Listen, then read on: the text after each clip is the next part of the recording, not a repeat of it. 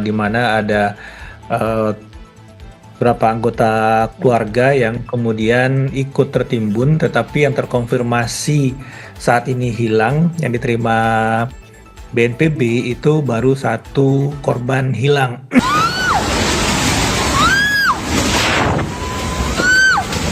Detik-detik banjir bandang longsor terekam video amatir warga di Desa Mardame, Kecamatan Sitahuis, Tapanuli Tengah, Sumatera Utara pada Selasa pagi.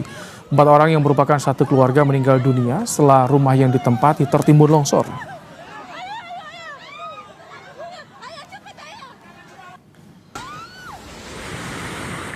Tingginya curah hujan sejak 2 hari terakhir juga mengakibatkan banjir bandang di Hutana Bolon, Tuka, Tapanuli Tengah. Banjir bandang membawa material kayu hingga hampir menutup rumah warga. Warga yang tinggal dekat aliran sungai dan perbukitan diminta waspada mengingat curah hujan masih tinggi. Untuk mengetahui penanganan bencana longsor dan banjir bandang di Tapanuli Tengah, saat ini kami sudah bersama dengan PLT Kapusdatin BNPB Abdul Muhari. Selamat malam Pak Muhari. Selamat malam Mas Ibrahim. Pak Muhari, hingga malam hari ini berapa jumlah korban yang terdampak banjir di Tapanuli Tengah, Pak?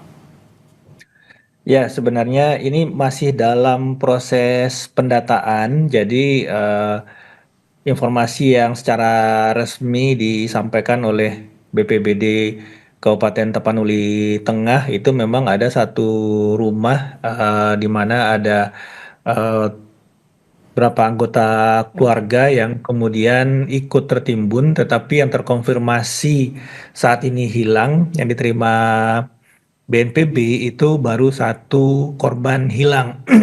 Meskipun kemudian ada di media seperti tadi disampaikan ada 4 korban hilang. Ini masih terus kita konfirmasi Mas Ibrahim untuk kepastian datanya, karena tentu saja ketika pada saat kejadian ini berlangsung cukup sulit untuk bisa memastikan jumlah korban yang ada. Tapi BPBD sudah membuka posko darurat. BNPB juga, Kepala BNPB tadi sore itu sudah memerintahkan unit tim reaksi cepat kita dipimpin satu pejabat eselon 1 akan berangkat malam ini ke Sumatera Utara untuk bisa mendampingi pemerintah daerah. Kalau untuk pengungsian sudah disiagakan, Pak Muhari?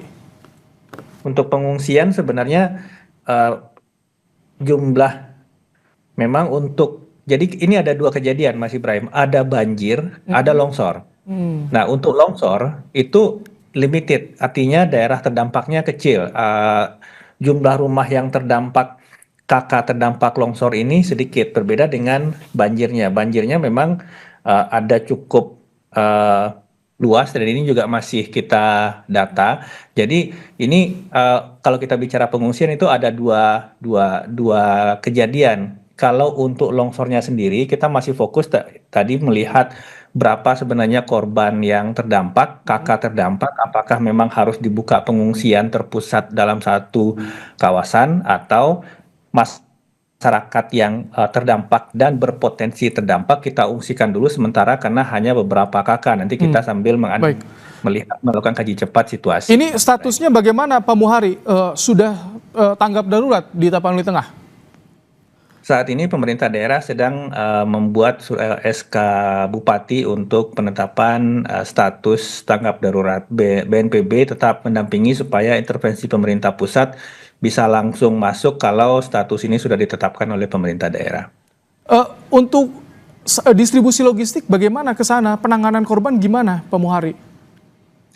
Untuk pencarian korban saat ini tim SAR sudah bergerak ke lokasi. Sekali lagi kita masih dalam tahap kaji cepat situasi dan melihat benar-benar berapa rumah yang terdampak langsung seperti kita lihat di video amatir ini.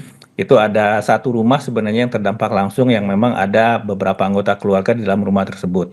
Nah, kalau misalkan ini tidak terjadi eskalasi, berarti pencarian akan difokuskan pada satu titik tersebut. Tapi ini masih berkembang karena situasi di situ hingga sore tadi itu masih hujan. Jadi kita masih menunggu hasil update laporan dari BPBD Tapanuli Tengah.